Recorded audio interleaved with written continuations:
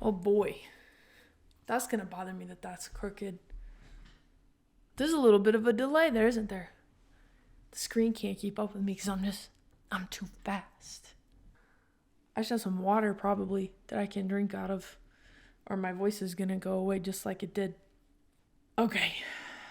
Here we go. I don't know why this is still like a nervous thing for me when it's just me talking to you guys, my friends. So what's the big deal? You know? That's gotta stop. Halima, stop sending me stuff on Snapchat. If anybody else has Snapchat, hit me up. Interrupting the podcast. No, I'm just playing.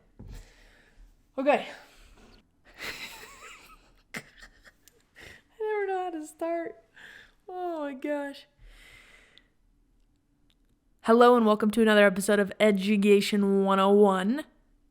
I am Kate and I am your host for today's episode and any episodes in the future as well. I will also be your host.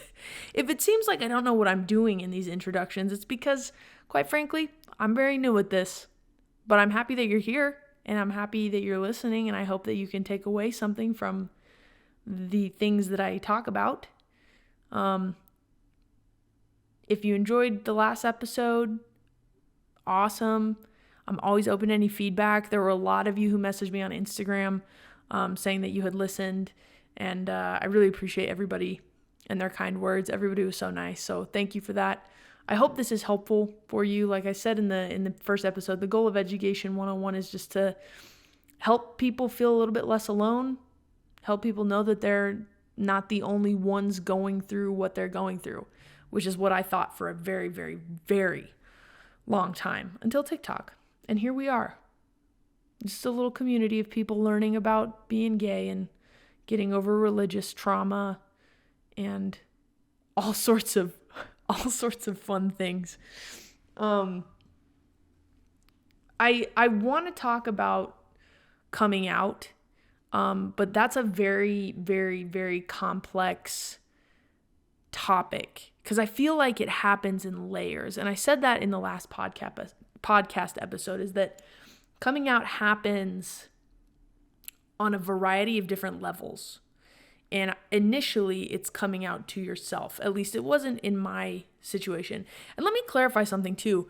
I've talked to a lot of people that just all of a sudden they were like, you know what? I'm gay.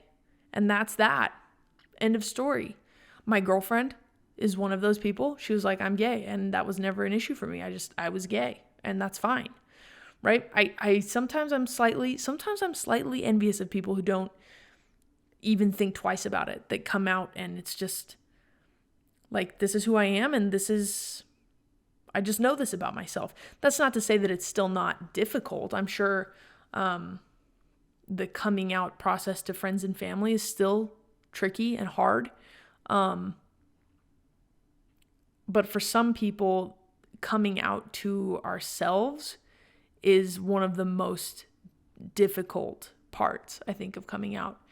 And mine kind of happened in two phases. And in this podcast episode, I'll touch on the first part of actually when I actually acknowledged that I was attracted to women. Because I wouldn't even say that there was a difference between me acknowledging that I was attracted to women and me accepting the fact that I was attracted to women, and that was a part of who I was. Because even after I came out to myself and to family, I still had a really hard time. I was still having a really hard time, being okay with the fact that I was attracted to women. And I don't know, there's a lot that goes into that. And I don't know that I'll touch so much on the religious side of things. That's a huge part of it.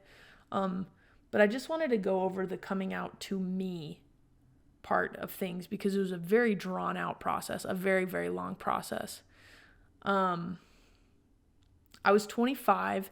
Let me back up a little bit for context. Year 25 of my life was interesting, to say the least.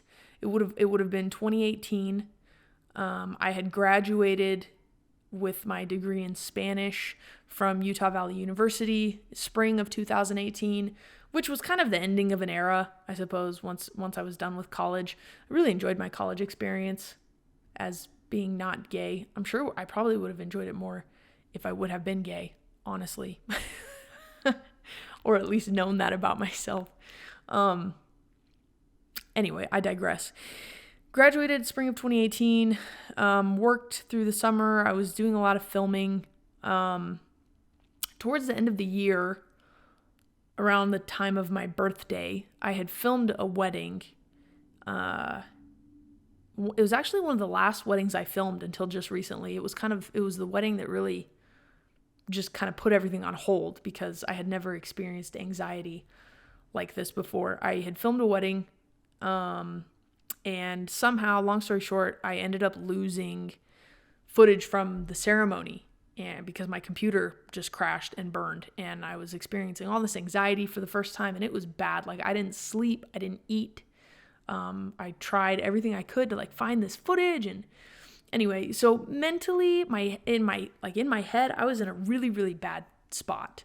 Like I said, it was one of the last videos I filmed for years. It wasn't until last summer of 2021, that I started filming again. So I took like a 3-year hiatus from videography, which was probably a good thing for me. But anyway, towards the end of the year, I found myself really sad, really lonely.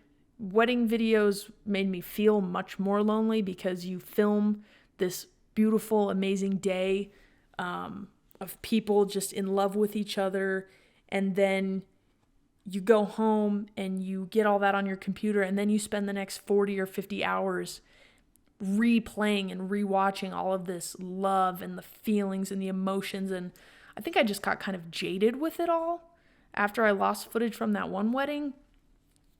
But I also it made me feel so lonely. Like, I wanted what those people had, but nothing was really going my way. I wasn't dating anybody.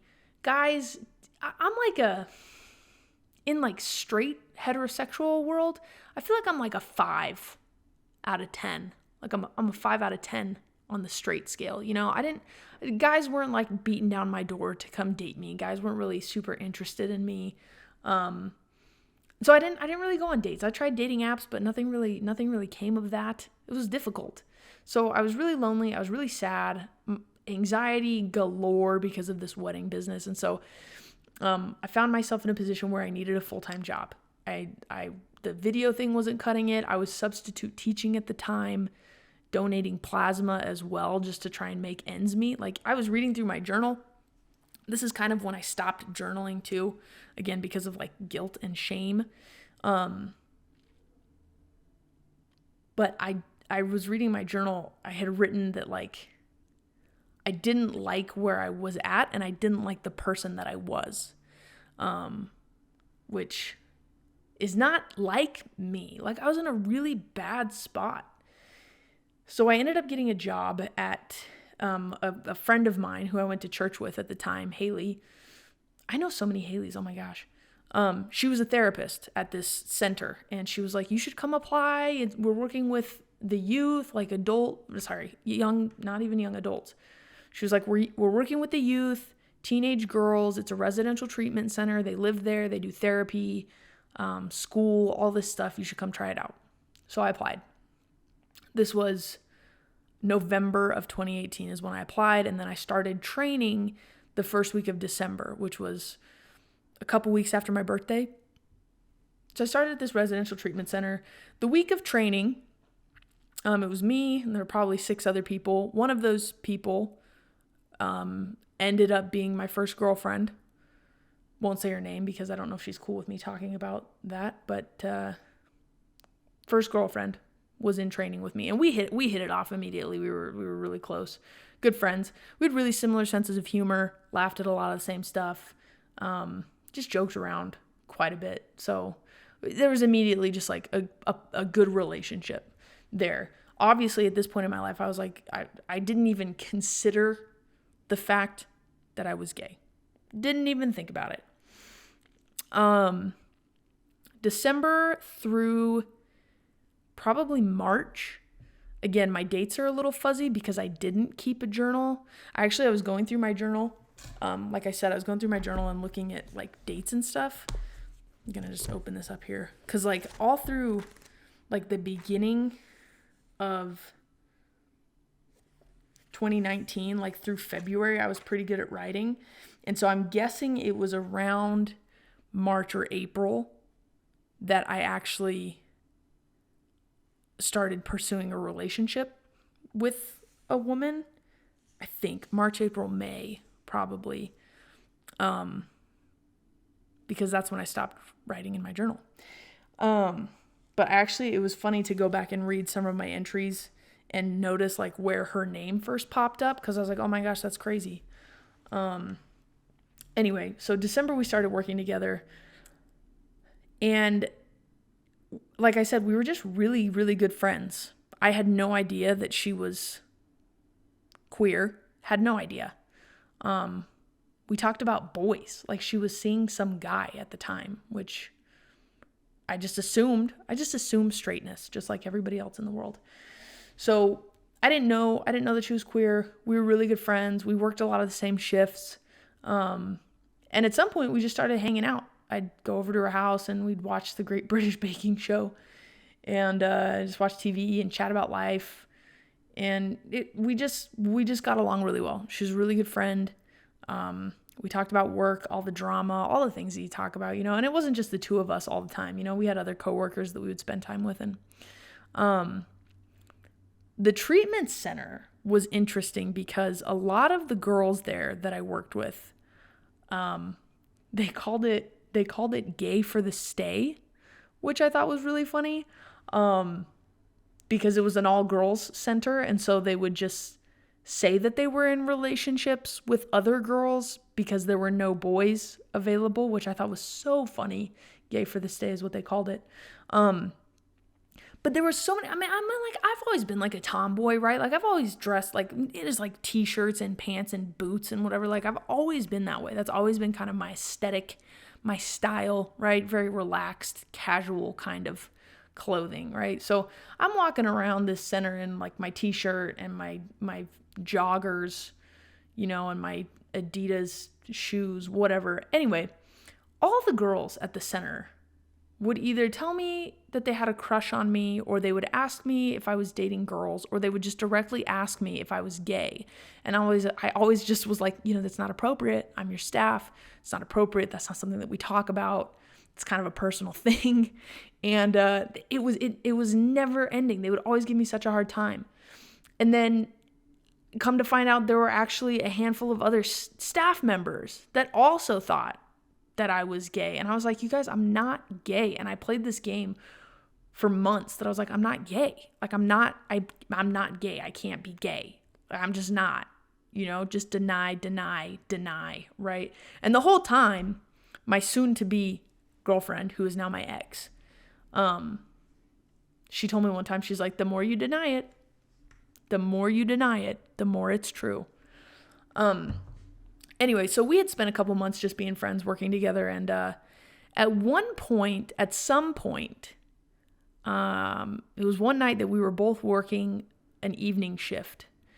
And it was with one of our favorite, you're not supposed to have favorites. It was with one of the girls at the treatment center who was getting ready to leave. She had completed her program, so she was getting ready to go back into the normal world. So we were on her unit, talking with her about, what her plans were and things like that. And in the course of that conversation, this girl, my ex, she admitted to me that she had in the past like when we first met, had a crush on me. But I was so straight and like returned missionary from the church and like really religious that she just assumed that I was just like super straight. And I remember in that moment being both very surprised, but also being like, wait a minute, this person likes me? Like she likes me? Cause like I'm just a regular old human being. Like there is nothing special about this kid. But yeah, she told me that she had past tense, crush on me. So I was like, oh yeah, she's like moved on, Plus it doesn't even matter anyway because I'm, really straight. That's what I just kept telling myself. I'm so straight. But the more we spent time together, and I feel like that was pretty bold of her to say that, considering how she believed that I was really straight and was willing to tell me that anyway, which I thought was pretty interesting. Months went on. That was in February. March, April, I think March and April is when I started really analyzing where I was at and thinking about these feelings that I had, because it was so hard for me, because this is a person that I cared about so much. I cared so much about her as my friend, right? Is what I had told myself.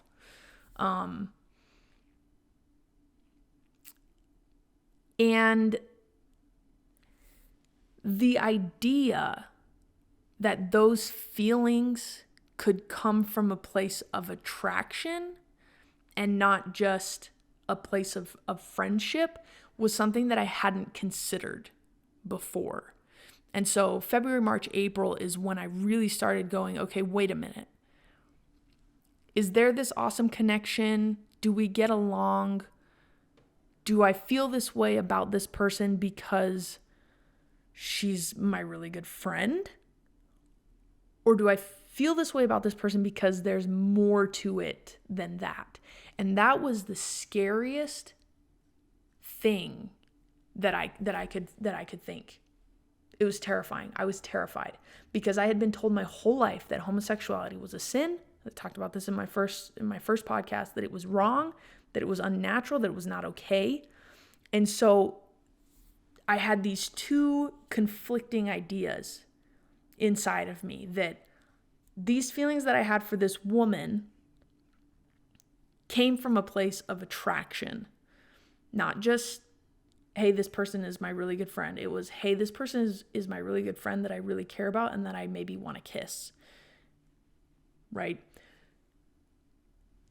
And then this other part of me that was like, there is no, like, you cannot be gay because it's not okay and it's not right, and you know that it's not right, right? I had these conflicting ideas that were at war with each other for months. And so this process of realizing to myself, acknowledging to myself that it wasn't just that she was my friend, it was that I wanted to pursue a relationship with this person. I wanted to see what that was like. Because I already had all these feelings, all this emotional connection, and we laughed at the same things and we enjoyed the same stuff, and we had so many good times together, right? Everything felt right when we were together. But then when I would go home and I was by myself, that's when all of the tangled, jumbled web of thoughts would just creep back into my brain, and I was at war. Like, my head and my heart were just battling it out, because my heart felt like it was right? Inside of me, my gut, my instinct, everything felt right. It didn't feel like this wicked, evil, sinful relationship, which is what I had been told was homosexuality. This unnatural, perverted, gross take on what God intended to be something beautiful, which is, a connection between two people, a very intimate connection between two people, but not between two people of the same sex. And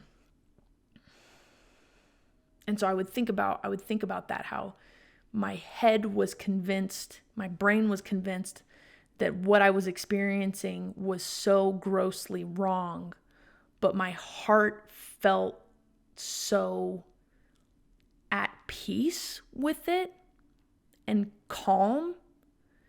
It was such a storm of emotions and feelings. Actually, I wrote about that.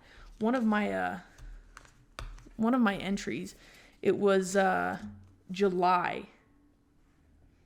This was and July was after we had already started dating. We were living together.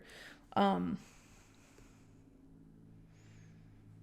just wrote, and again, very sparse, my journaling from February to September from February 2019 to September 2020, there are maybe six journal entries. There was one from March, the 26th of March, 2019, that I wrote about Christ, and I imagine it was at this time that I was battling these feelings of, this is a person that I love romantically. We're not just friends. I wrote on the 26th of March, 2019, I wrote in my journal, I said, I know that Christ is fully aware of my weaknesses and my temptations and my imperfections. Because that's what I believed about what I was feeling for this person. I believed that the feelings that I was having for this human it was a weakness. It was just a temptation that I needed to deal with and to get over. And oh man, and getting past that roadblock, you guys, was, that was a lot. And that didn't happen. I mean, that was happening. That process took 1.5 years, almost 2 years.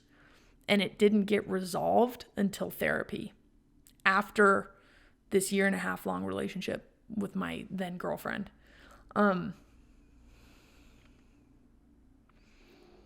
Anyway, I digress again. I wrote in my journal that when we were together, when I was with this person, that everything felt so good and so right. And I believe that God is goodness, and that everything that's good comes from God, and everything felt so peaceful. There wasn't anything about our relationship that made me feel uneasy, or like it wasn't a good thing, or that it was sinful in any way. But that's what my brain kept telling me, was, you can't be doing this. This is wrong. This is not right. This is wrong. And that's something that continued on, like I said, until I went to therapy.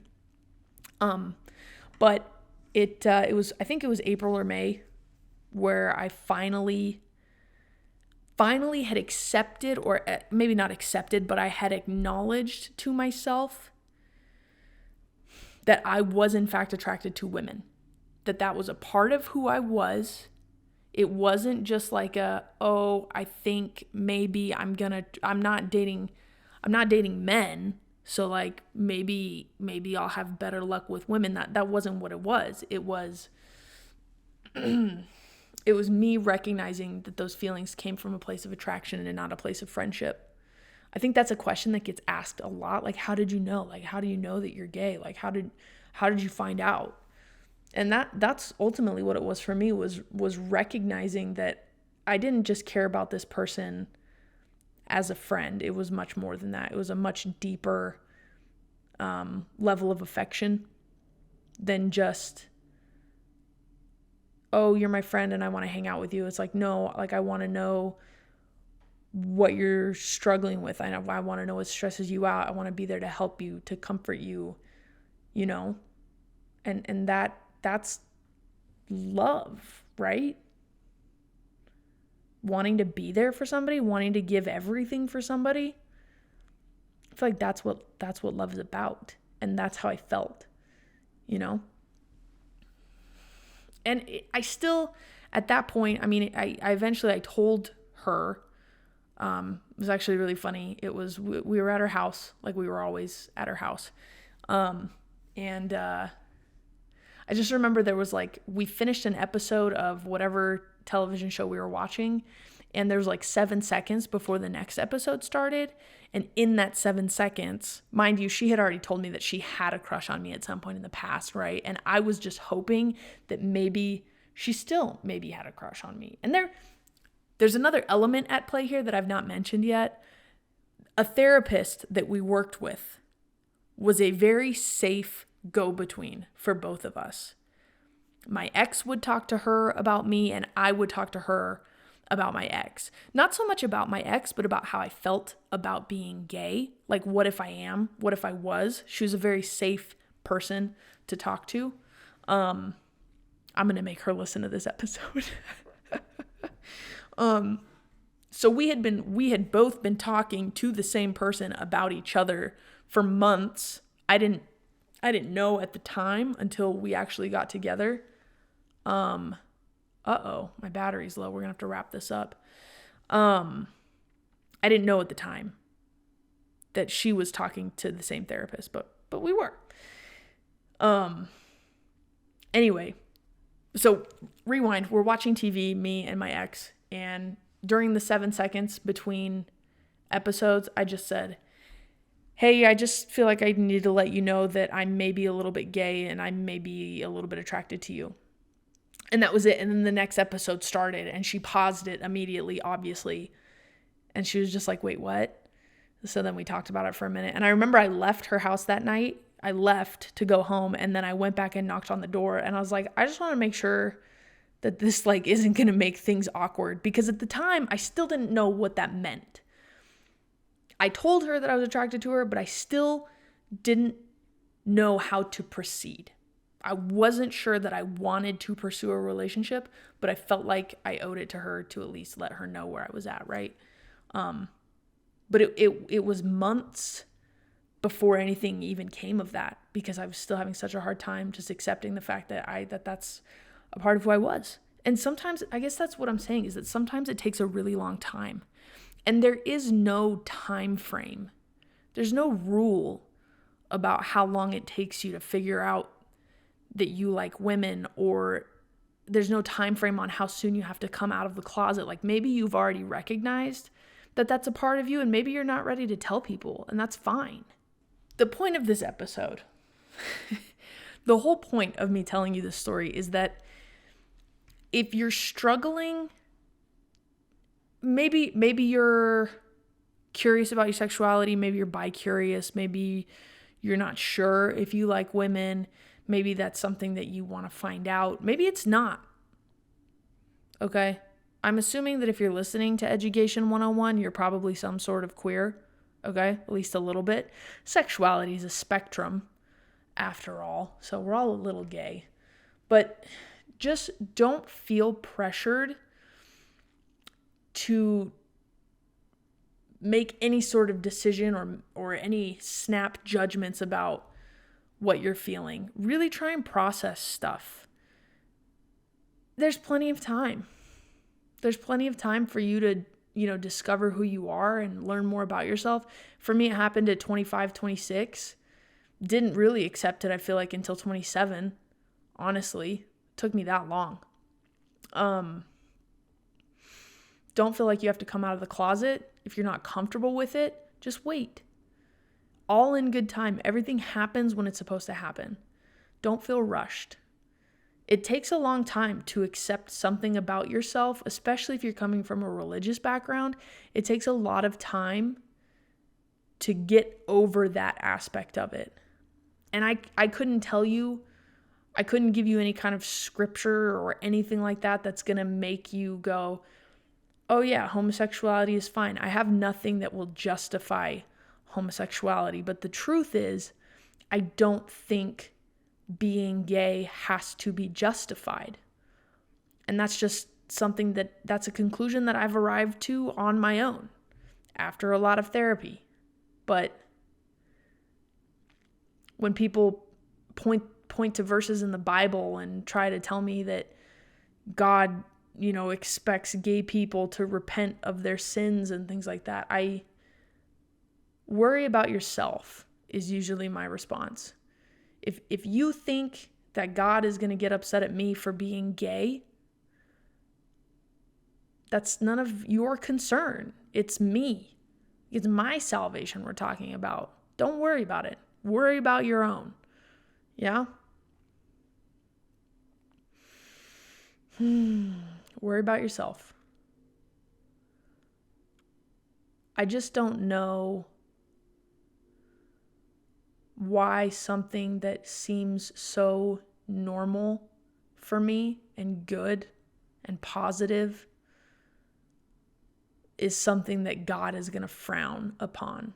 How loving and caring for a person is something that God is going to be disappointed in. I can't get behind it.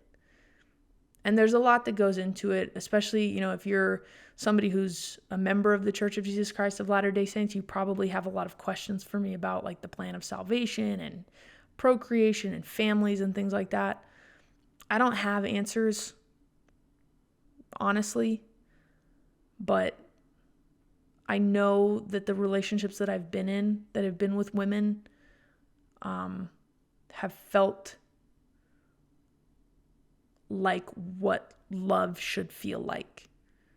What I see other people experiencing, couples around me, married people that I know, the relationship that I see between my brothers and their wives, my friends that are married, the love that I see in their relationship, that's what I feel in my relationship with women, especially with my current girlfriend. She's fabulous. Love her a whole bunch. Hello, if you listen to this. I hope you listen to this. Maybe you don't, but take your time, work through things, and please, if you don't, keep a journal. Please write things down. I wish so badly that I had like more of a solid record of what I was going through, but I don't. Anyway, thanks for listening. If you made it this far, I appreciate it. I'm going to upload a couple more episodes that I did with a few friends of mine that I'm really looking forward to sharing with you. I'm going to have some cross-generational gay conversations with Patty, my owl, my older, wiser lesbian. That's an acronym. Big shout out to my Patreon subscribers. You guys are the ones who kind of make this possible. I really appreciate the support. You guys are great. I've enjoyed getting to know you and chatting with you all. And I look forward to more of our content on Patreon and our Zoom calls on Patreon. So if you're curious about how you can support me, Patreon is the answer. Please check out the Patreon. I don't know how many times I have to say that, but this podcast episode has been brought to you by my Patreon subscribers. So we'll again, not see you in the next. I don't know why I feel so tempted to say see you in the next episode. Thank you for listening. If you have any feedback for me, please shoot me a message on Instagram. I always see my messages. I might not always be able to respond, but I do appreciate any feedback that you guys can give me. So thank you, and keep an eye out for the next episode.